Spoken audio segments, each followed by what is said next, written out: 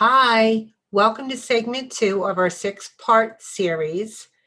In segment 1, we talked about past life trauma. Now, here in segment 2, we're talking about early childhood trauma. As mentioned in segment 1, trauma is any event, any experience that the soul could not cope with.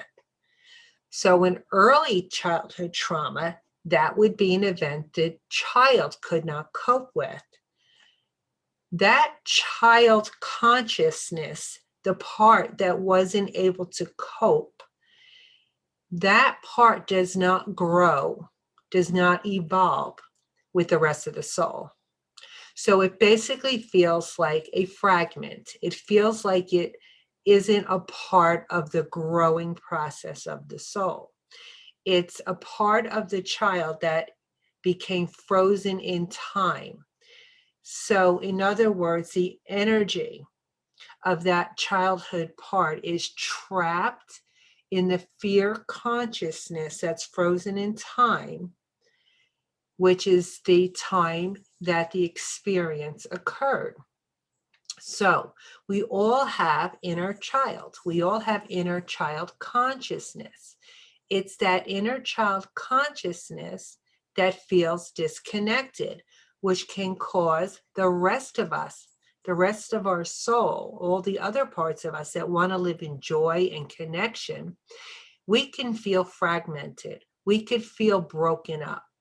So, whatever fear consciousness that inner child part is holding on to, it's going to affect us in our adulthood because it's still living in that level of consciousness of a child.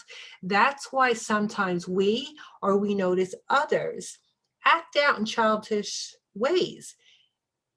Things where we might shut down or cry or have an emotional moment where we can't come back to the present moment.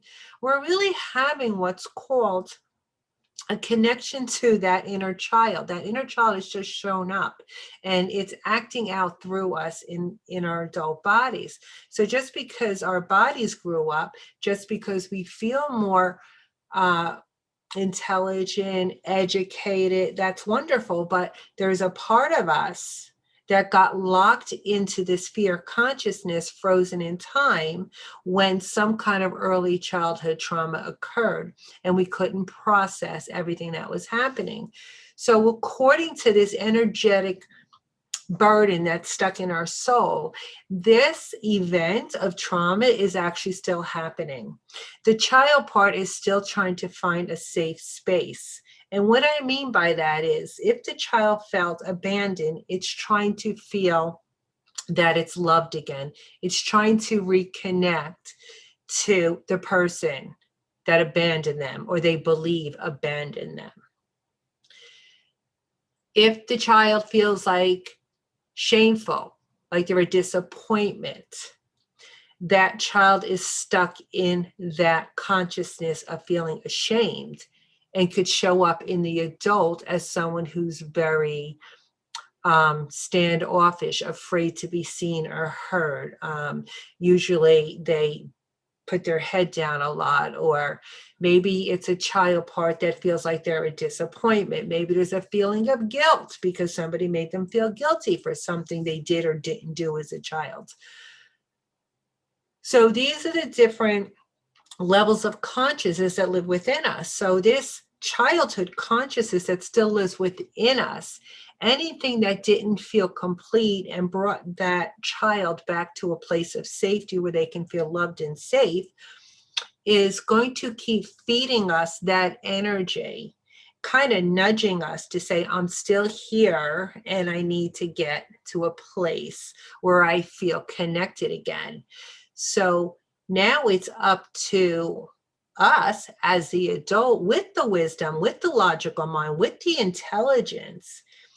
Instead of trying to work it out through our intelligent mind, we need to go into that child consciousness and bring our wisdom to that inner child. And that's the only way to really heal this part of you, is to reconnect with the part of you that feels fragmented and split off from the rest of you. It feels that way because you have grown and evolved and this part didn't. So it feels completely fragmented. So to do the healing work, you can work with a practitioner that does inner child work. You could try inner child meditations. You can journal, write a letter to your younger self, expressing how much you love and honor this other part of you. And always make sure you validate the feelings that this inner child part feels, because that's what needs to happen. A lot of times when children act out or they express a feeling of sadness or anger, they're being told they shouldn't feel that way. So what ends up happening is this part of you doesn't believe it's supposed to be feeling that way. So now it's afraid to step forward and say how it feels. So it just tries to get the healing through you in other ways. And then when you feel this coming through, being that you don't know what's going on, you just know the feeling doesn't feel right, you find a way to distract from it, or you find a way to numb yourself from it, or you find a way to just run away from it. And that's not really helping that part of you heal. So the best way to help that younger you heal is to welcome that part forward and find out what this part of you needs to feel safe and loved and connected again. Because a lot of our fears comes from some kind of a disconnect from who we are, a disconnect from ourselves. We feel fragmented and broken, but we never are. We just feel that way because of these experiences.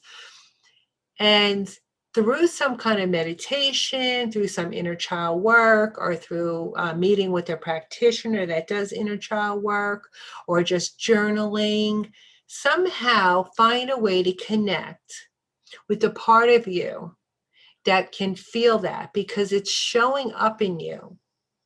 And it's showing up in you in ways that keep you in a disconnected feeling about yourself, because you're not really understanding what's trying to show up. Because the inner child, that consciousness is on the level of a child. And it's confusing to you to have a part of you show up that's like a child, because you're grown up now. It's really just a part of you that hasn't grown up and it wants to grow up. It feels very, very stuck.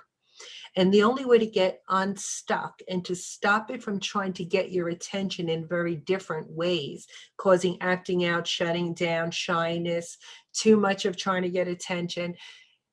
If these things are showing up, then you need to go into that place inside of you through some kind of meditation or working with someone or journaling to reconnect with a part of you that feels disconnected, and just find out what this part of you needs so it stops trying to get your attention. And then you can live life through your adult self, your wise self, and still live through the joy of that inner child and not live through the fears of that inner child. So I hope this was helpful. We will continue this series. And the next time we get together on this soul series will be segment 3. And we are talking about soul imprints and soul fragments. Interesting subjects. So stay tuned for that.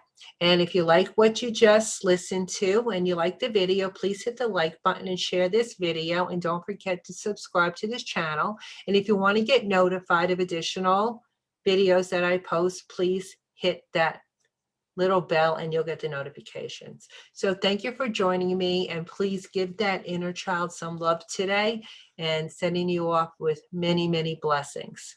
Be well.